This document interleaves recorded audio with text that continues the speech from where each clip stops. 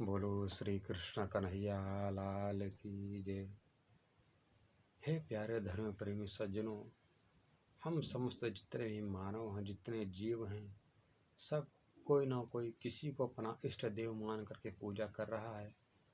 किसी के इष्ट देव भगवान नारायण हैं, किसी को भगवान राम हैं, किसी के दुर्गा जी हैं, किसी के हनुमान जी। मतलब जितने भी प्राणी हैं अपने अपने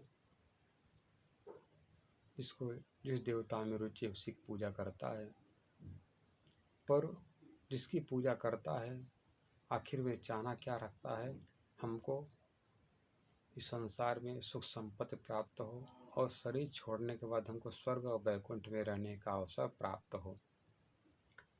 इसी बात की कामना को लेकर के जब अर्जुन के मन में प्रश्न होता है तो भगवान कृष्ण ने कहा, अर्जुन तुम कर्म करो, कर्म के द्वारा तुमको पुण्य मिलेगा, उस पुण्य के द्वारा तुमको स्वर्ग की प्राप्ति होगी। पुनः भगवान कृष्ण ने कहा, तेता भुक्त्वा सर्वलोकम विशालम छिरे पुण्य मृत्युलोक विसंति। हे अर्जुन, जब तक तुम्हारे पास पुण्य रहेगा तभी तक तुम स्वर्ग में रह सकोगे। स्वर्ग में जब तुम्हारा पुण्य खत्म होगा तब तुमको पुनः संसार में आना पड़ेगा। तब अर्जुन ने प्रश्न किया, हे प्रभु, क्या इससे स्वर्ग से भी परे कोई ऐसा स्थान है जहाँ पर जाने के बाद जन्म मरण का चक्कर नहीं होता है? तो हमने सुना है शास्त्र पुराणों में, क्या वैकुंठ ऐसा ही स्थान है? तो भगवान कृष्ण ने कहा, नहीं। इसी वैकुंठ के बारे में भगवान सुखदेव जी श्रीमद् भागवत महापुराण के 8वां स्कंद के 5वां अध्याय के 5वें श्लोक में कहते हैं, वैकुंठान एन लोकलोकान नमस्कृतः रमया प्रार्थमानेन दिव्या तत्परिकाम्य। हे परिचित, रेवत मनवंतर में शुभ्र नाम के एक महात्मा थे। उनकी पत्नी का नाम था विकुंठा। उसी विकुंठा की नाम की जो पत्नी थी, उस पत्नी के ही अंश से एक विकुंठ नाम का पुत्र उत्पन्न हुआ। वह जब पुत्र जब सयाना बड़ा हो जाता तो उनका विवाह कराया जाता है। उनकी पत्नी नाम रमा। जब रमा देवी को अपने घर में ले आते हैं तो उन्होंने प्रश्न किया, प्रभु मैं कहाँ रहूँगी, मुझको आप क्या प्रदान करेंगे?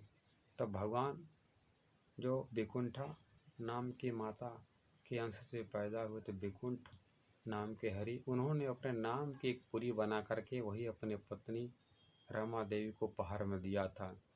उसी का नाम वैकुंठ है। तो कहते हैं, वैकुंठान एन लोक लोकान नमस्कृतः अतल वितल सुतल तलातल रसातल महातल पाताल भूलोक भोरलोक स्वर्गलोक महरलोक जनलोक तपलोक। मतलब 13 लोक के जो प्राणी हैं 14वां लोक वैकुंठ की लालसा करते हैं। ये वैकुंठ की रचना कब हुई?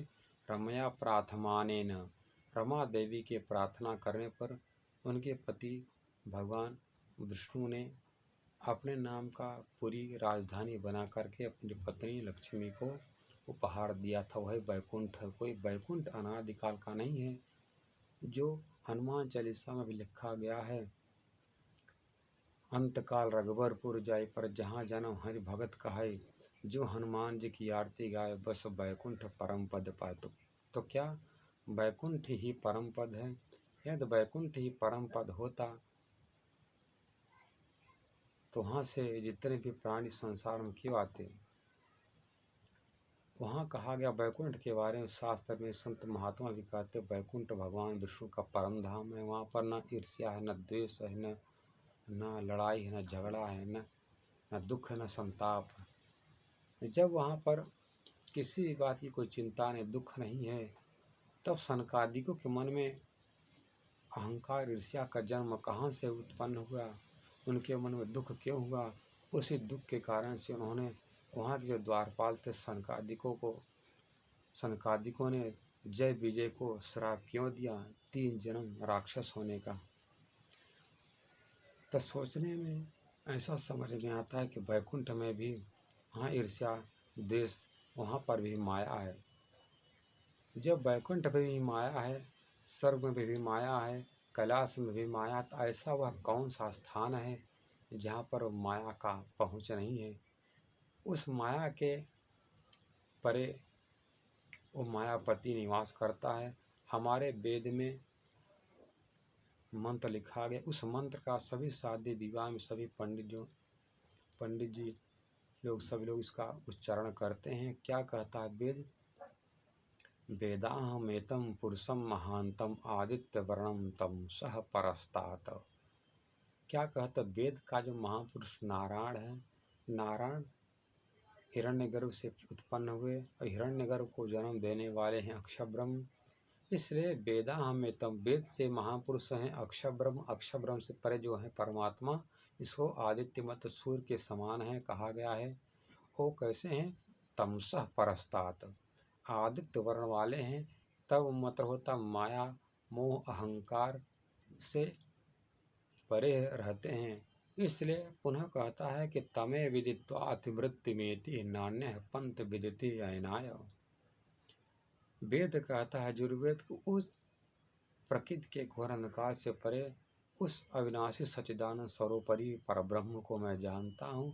उस ब्रह्म को जाने बिना मृत्यु का बंधन छुड़ाने का अन्य कोई मार्ग नहीं है, ऐसा हमारा वेद शास्त्र कहते हैं। फिर भी हम सब वेद शास्त्र को पूजा तो करते हैं, उसी का लेकर के हम धन दौलत अर्जित करना चाहते हैं। पर वेद कहता है उस परमात्मा के शरण में जाओ जिसके द्वारा तुम्हारी मुक्ति होगी, मेरी भी मुक्ति होगी।